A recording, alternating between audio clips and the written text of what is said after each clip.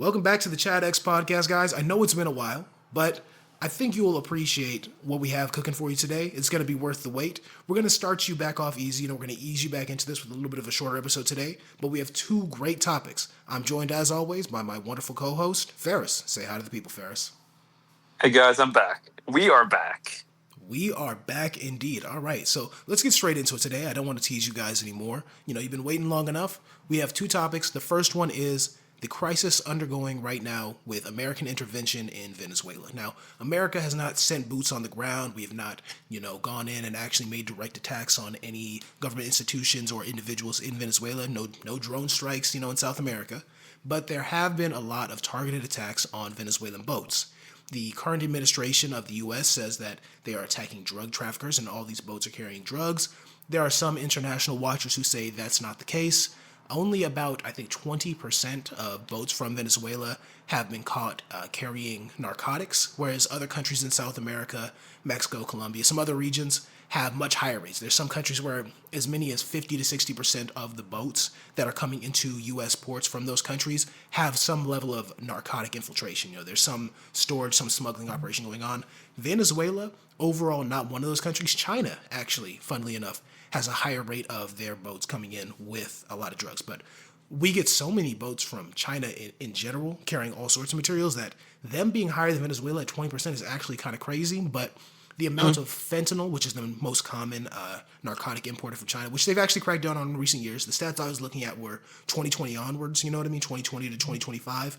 So in recent years, China's cracked down on fentanyl production, but they were just pumping so much of it in during the early 2020s that the numbers are still kind of skewed in that favor, the amount of fentanyl. And fentanyl is such a potent drug that the amount of it you need to transport into a country is so much lower that it's a lot easier to just think you're going to instantly make a lot of money as a drug trafficker smuggling in. But back to Venezuela. Venezuela, not quite to the Chinese level and definitely not to the level of other South American countries. So a lot of people who are a little more conspiratorial, a little more politically aligned, maybe a little more adverse to the current administration are saying that they believe this is an attempt by the administration to justify an intervention and a deposition of the current leader, Nicolas Maduro, a man with a lot of controversies, really good evidence saying that he rigged the last election. The numbers and the statistics don't line up well. There's some really harsh cutoffs, some exact, super precise amounts of votes that he would have needed, which were exactly what he would have needed to win. The gradient of the map is a little out of sorts. It's looking a little Bashar al-Assad.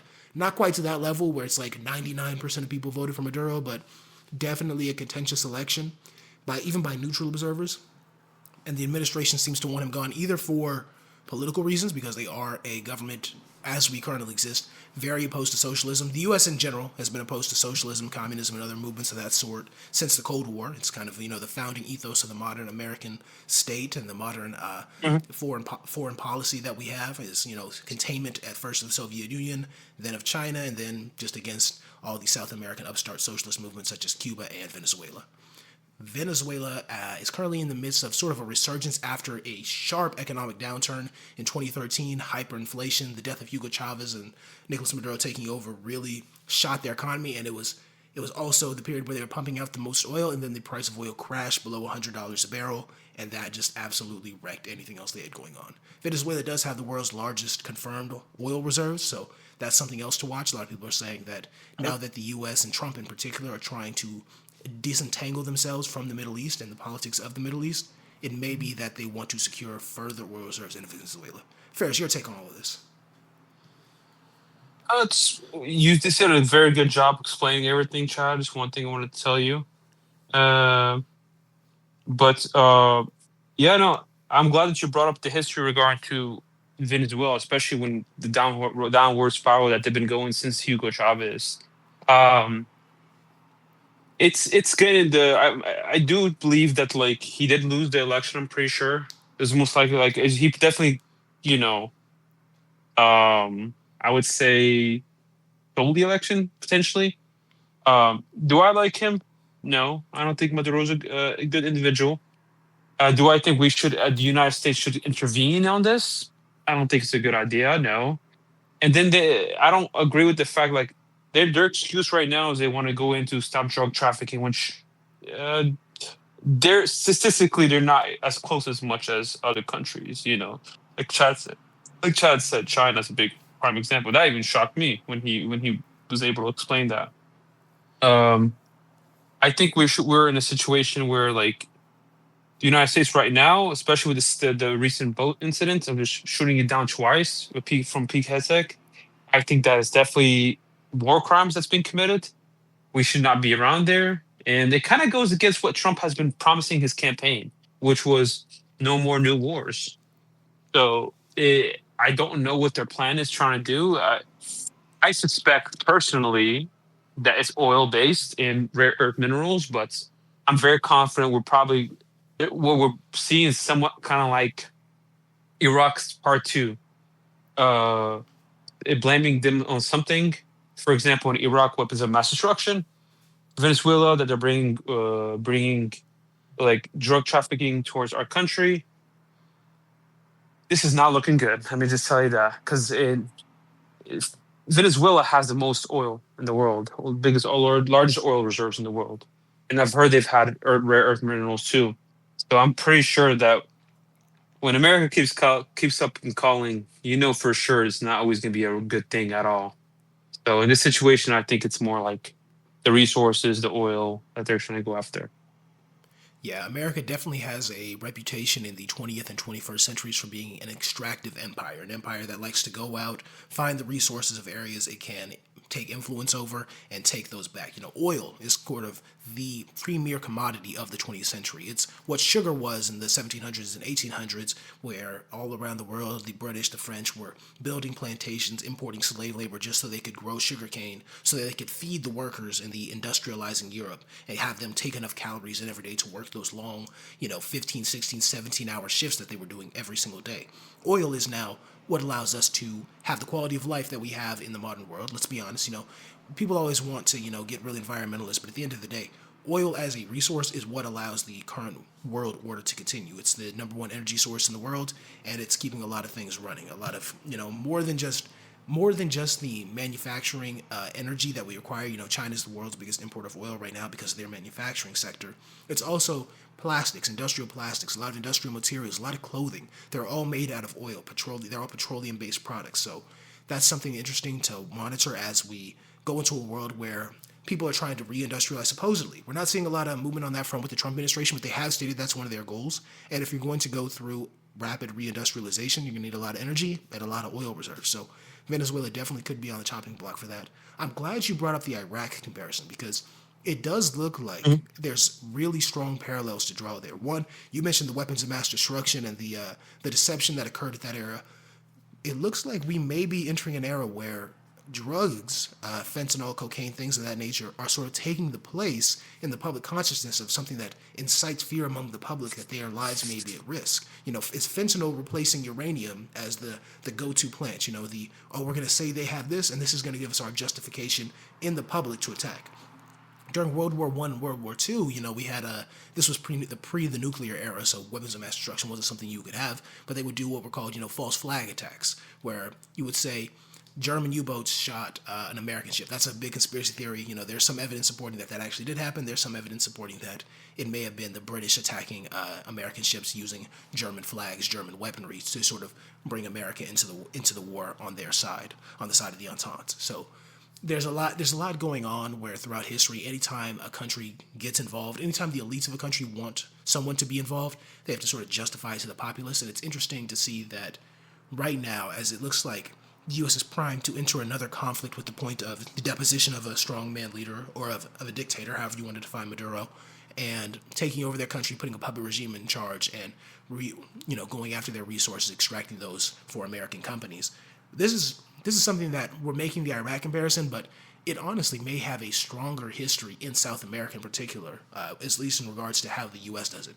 The Middle East, of course, has a long history with various powers, European, American, back in the day, even some Eastern powers. The Mongol hordes came through and decimated things and took over. So the Middle East is its own region of the world with a very unique history of relationships to empires. But here in the Western Hemisphere, South America and even Central America have always sort of had America as the big boogeyman that might come in and take out whoever you put in charge. Or even if you have a corrupt leader, you have somebody like, Nicolas Maduro, who very likely did commit election fraud.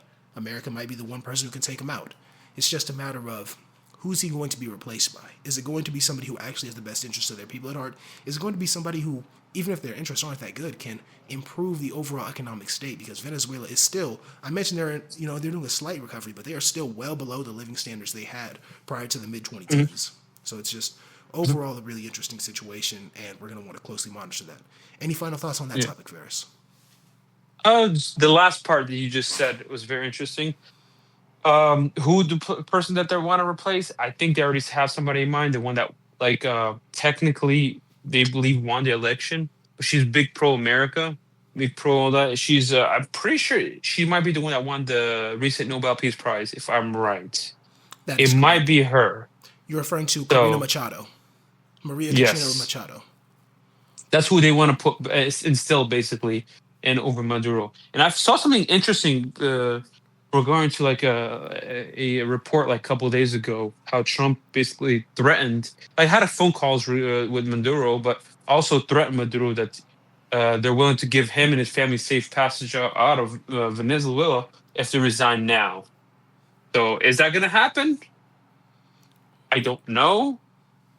I don't know. Yeah, I don't think so. Yeah, I saw something similar. It's interesting. It's an offer that's also a threat. We're going to give you a reward and a punishment if you don't take it. So the idea that Yes. it was Yeah. interestingly enough, in another connection to the Middle East, they were saying they were going to give him, a certain amount of money to live in the UAE, which is Mhm. another country that's embroiled in a lot of conflicts. If you haven't watched our previous episode on the Sudanese war and the involvement of the UAE with the RSF, I would really recommend it. It's probably, I would say, the best episode we've had on this channel in quite a while. It's the only episode we had for quite a while before Yeah. that. Sorry about the gap again, guys. But overall, I I would agree. say it's interesting how all these different geopolitical realities all interlock. We are truly the most connected as a global populace that we ever have been in history. And even if a lot of politicians in Europe and the Western world, even in China and some other countries, are trying to deglobalize and make us less connected, as of right now, everything is affecting everything. The ripple effects are intense. But we're going to take a break from the big global picture and look at something a little more local, at least to me, happening here in the United States. And that is the rise of Waymo. They're the number one company, but there are a few other competitors as well, offering self-driving cars as an alternative to Uber, Lyft, and the other app taxis, I guess is the best way to describe them. They're the ride-hailing services that are all around America. Waymo is only operating, I believe, in its less than 80 areas, defined metro areas right now across the country, and they haven't hit New York City yet, which is where I'm operating out of at current. So they're not quite openly available to the public, but I've heard good things from people who I've talked to about them in Phoenix and in the San Francisco area, which is where they're headquartered, that they seem to be offering a really great service. And in addition to that anecdotal evidence, there's a lot going on with people who are studying statistics of them now that they've been around for a few years, in that they have a 93% lower rate of accident than cars driven by a human operator. So we're seeing really good evidence, both from people who are saying that they're happy with the service, they prefer being able to get where they're going in a personal vehicle without having to devote themselves to drive. A lot of people who work for a living say they are able to log in and check a few things on their commute now that they have this service. This is really offering an alternative in my mind, not to traditional driving as much, but to public transportation. Because here in New York City, we do have public transportation, but throughout most of America, it is a very car centric culture. You will have to drive, and you will have to drive for hours of your life, across hundreds of Mhm. miles probably every week just to get where you need to go. So, this being something that offers a service in place of public transportation, which is something a lot of areas in the country, California in particular, has given up on high speed rail. They had a project for, I mean, it's almost been 2 decades now they've been trying to get off the ground in terms of, high speed rail connecting the metros of the state. They've given up on that.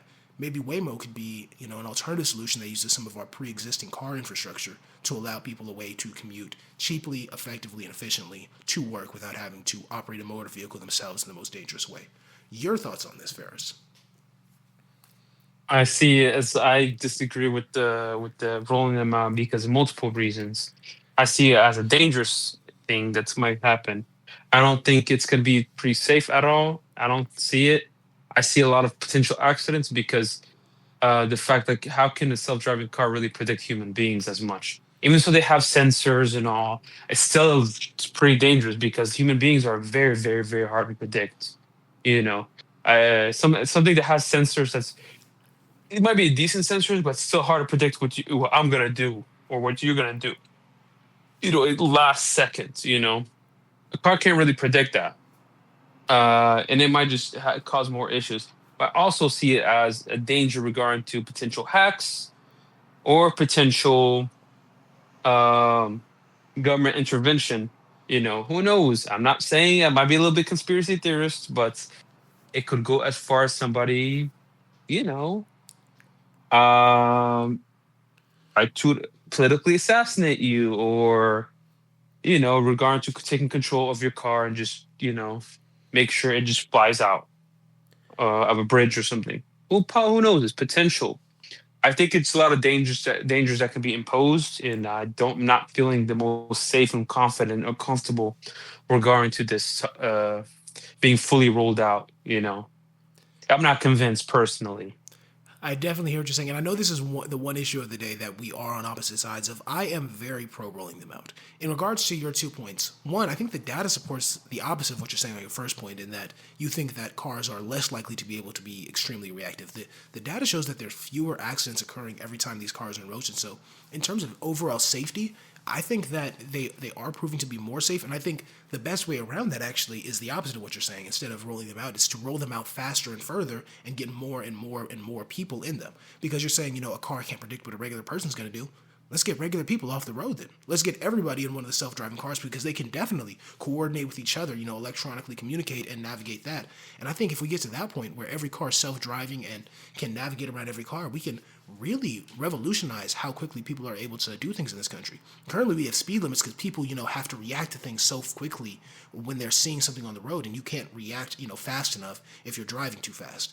But if we have self-driving cars everywhere as the norm, and we can get the vast majority of regular people off the road, I think we get to a point where the cars, speed limit right now on a lot of highways, 55, 65, 75. Let's push it all the way up. How fast can these cars go? The regular car in America can get to 120, 130 easily. Let's let all the cars drive around 100 miles an hour. It gets you to work as fast as possible. They're just flying down the road, and they're perfectly coordinated with every other car, so they know when they're going to have to exit, when they're going to have to get off, when they're going to have to make this turn. They're pre-calculating this into the speed at which they're driving, their brake times, all of these sorts of things, that they can navigate so much more effectively. It'll flow beautifully. It'll almost resemble train cars on a subway, in my mind. It'll just be everybody's in their own personal train car, and you're above ground, so you can use the internet, scroll your phone, listen to music, whatever you need to do. So I think overall, I think the safety issues are resolved by further adopting this policy, adopting this practice, letting these companies really invest in this infrastructure, more so than stopping it completely dead in its tracks.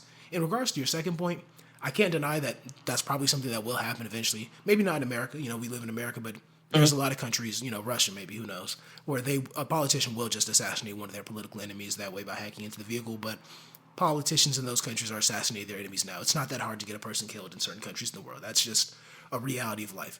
And maybe, people are super privacy minded, very concerned. They're worried about things getting hacked. There'll be special models just for them. You buy your own self-driving car that has the super VPN. It's sponsored by, I don't know, whoever. If there's any VPN that wants to sponsor us, I will. If we ever, really blow up, I will recommend you to all the self-driving car companies. Also, Waymo, if you want to sponsor us, big fan of your products over here. Yeah. I will get Ferris to quiet down. His objections will be shuttered immediately if you give us enough money. But overall, I think self-driving cars are going to be a huge benefit. The one area that you mentioned to me earlier, prior to the start of this cast, where I brought up the idea of self-driving cars doing everything for us, including freight transit, I think there may be a bigger risk to that, just because, once again, those are bigger vehicles. Really predicting what people are doing there could be a real danger, as well as the fact that being a freight driver is one of the most common jobs in America, especially for men, who are, historically speaking, from a political perspective, one of the groups you have to satiate the most, because they have the highest risk for political violence and instability, and causing, revolts, revolutions, things of that nature. So if we took the jobs away from a large swath of men in this country, especially young men who don't have really good economic opportunities, and we made every driving job, whether it's Uber or whether it's big rig hauling, automated completely, that may be dangerous. But we're seeing a lot of stuff going on right now with AI, with white collar work, with customer service work, with just a lot of things that AI is trying to replace. That if we're really concerned about all that, it's going to happen one way or another, or it won't happen, and none of this technology will take off, and maybe Waymo's just a niche fad instead of the future of transportation in this country. So All in all, I think we do have to wait to see, but I'm really liking the signs we're seeing of mass adoption of this. I think this will be a great alternative to driving and to public transportation for people in a lot of areas of the country. And I'm going to see it take off. We'll see who really wins this argument in the end, though. And as for you, all the people listening, I hope you will weigh in the comments on which side you're on. Do you share Ferris's concerns about safety, about political interference, about how easy these vehicles are going to be to hack, and how little privacy you may have in a company car that's fully automated, watching everything, recording everything so it can drive better?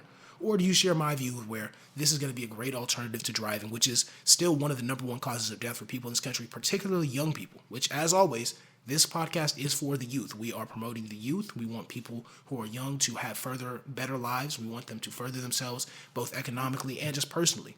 So, the idea that we could lower the amount of young people dying every year by getting them out of the cars and putting them in the safest vehicles possible, I'm a promoter of. Ferris seems to think it may ultimately be worse for young people, but we'll see. You let us know in the comments which side you're on. Any closing thoughts for us today, Ferris? Honestly, like I said, I think it's been a great discussion. I see your perspective, but at the same time, I still so far I'm keeping with what I'm thinking. You know, I'm still gonna be in the opposite side of the spectrum regarding to the self-driving cars. But it's been a Absolutely. great discussion. Absolutely. Lovely to talk to you as always. And I love when my strategy works of telling you that we're about to end it all and close it off so you can't get your final counter argument in. I love it when I get the last word. All right. Thank you for listening, guys. As always, please make sure to like and subscribe for future episodes. I promise we will get back to putting them out more regularly. And I hope you all have a wonderful day. Goodbye to the people. Bye, guys.